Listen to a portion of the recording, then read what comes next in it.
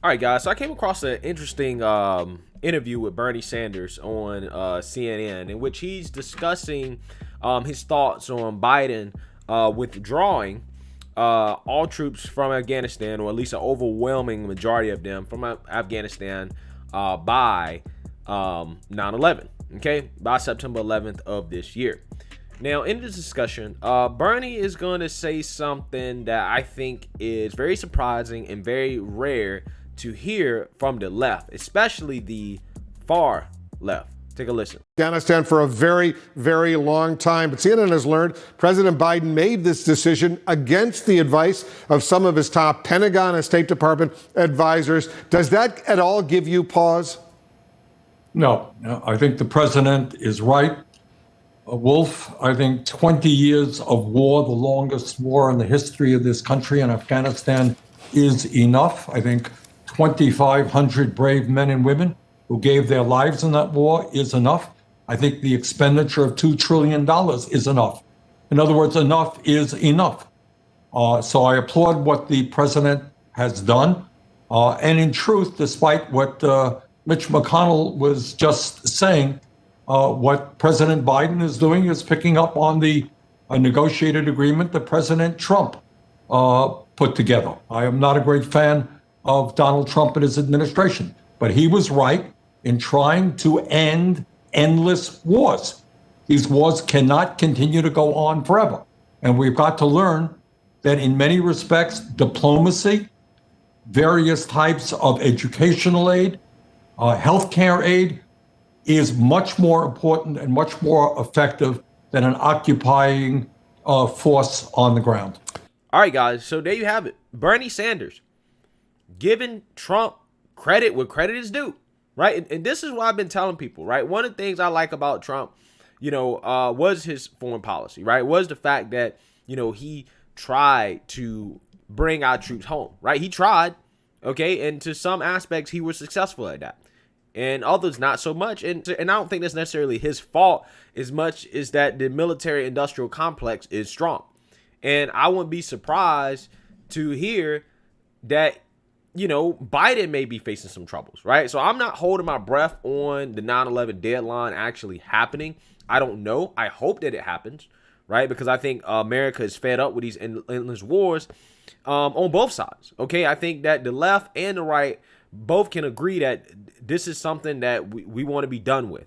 Okay, but unfortunately, we still have some politicians on the right who have just not caught up with how the base actually feels about this issue. For example, take a listen at Lindsey Graham. The result of this decision today by President Biden is to cancel an insurance policy that, in my view, would prevent another 9/11, because I believe with all my heart and soul, after 50-something trips to the region, that a few thousand Americans watching over there would make it hard for Al-Qaeda and ISIS to reorganize to hit us over here. Those eyes and ears will be gone. I don't trust the Taliban to look out for American interest, but we're finding ourselves in a very precarious situation. Again, there are no great outcomes, but this is the worst possible outcome, is to pull up and leave and hope that things will turn out well. That did not happen in Iraq, and it did not happen here. I know people are frustrated by the length of the war, the money we spent, the lives we lost, and all I would say is never forget the enemy. It takes two to end a war, folks. They're not close to quitting. The Taliban are different than Al-Qaeda and ISIS.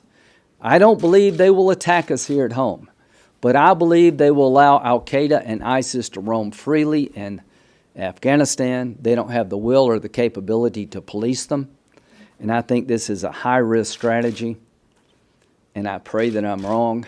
Come on, Lindsey. Come on, Lindsey. Read the damn room, Lindsey. Okay?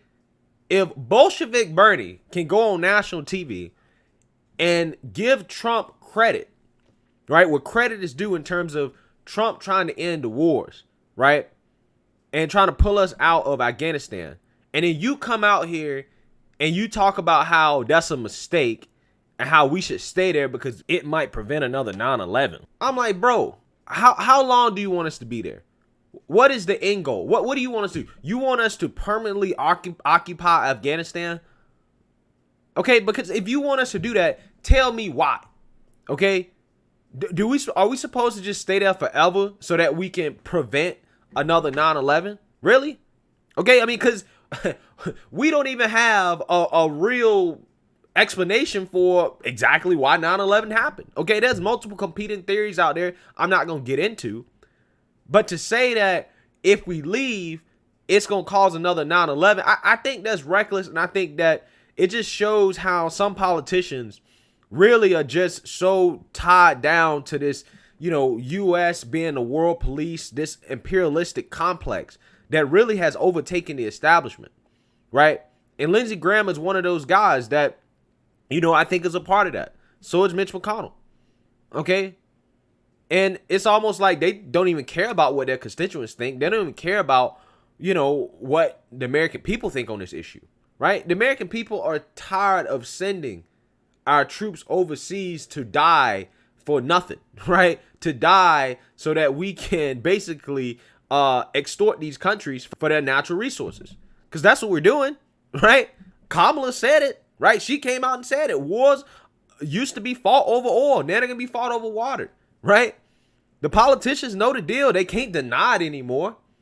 Okay, so we know why you're there, right? You're trying to mine the countries. I get it. Okay, and guys, ain't it funny how the whole fiscal conservatism thing goes out the door when it comes to talking about these wars, right? When it comes to, saving money for the country and the country being responsible with money, all that goes out the door because Afghanistan has cost us $1 trillion, about $1 trillion.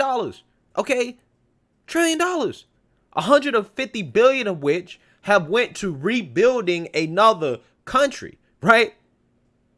And basically over 2,000 American lives. Again, that's priceless. You can't put a price tag on that. When we're spending all this money rebuilding another country and fighting this endless war, all of a sudden nobody cares about the budget anymore. Nobody cares about the deficit. That goes out the window. Nobody wants to create a permanent American colony, right, out of Afghanistan. I don't think that's actually the solution. It might be better for us to be like, you know what, let's pull out, we'll be in the area just in case to a certain extent things ratchet up, but let's pull out and, let's help in other ways, right? I think that's much better than just staying there forever and losing lives over nothing, okay? We're tired of this, right? The American people are tired of it. And, when it comes to Bernie, right? It does bring me a level of joy to see somebody on the opposite side of the aisle be able to give credit where credit is due, right? Where they're not just sticking to party politics, where everything is a political game to them, right? And that's why there's certain politicians on the left, Yang, like Tulsi Gabbard, and even Bernie, even though I disagree with his economic policies, right? I vehemently disagree with them. I kind of have a lot of respect for him to a certain extent because I think that, whether or not I agree with everything they say, at least I know they're saying what they're saying because they believe it, not because it's some type of political game to them and they're trying to, make the Biden administration look bad, right? Or that they've been bought and sold by the military industrial complex or, big oil. And that's the reason why they're saying what they're saying. At least I know with those guys that, okay, well, I might not agree with what they're saying, but hey, at least they believe it, right? And Lindsey Graham, it's like, bro, like, I would be hard pressed to believe that he really believes that we should just stay there forever. Because if you do, why don't you pack up and move over there? You go move over there and take on the Taliban and make sure that another 9/11 doesn't happen. Okay? You do that yourself. You and your family go.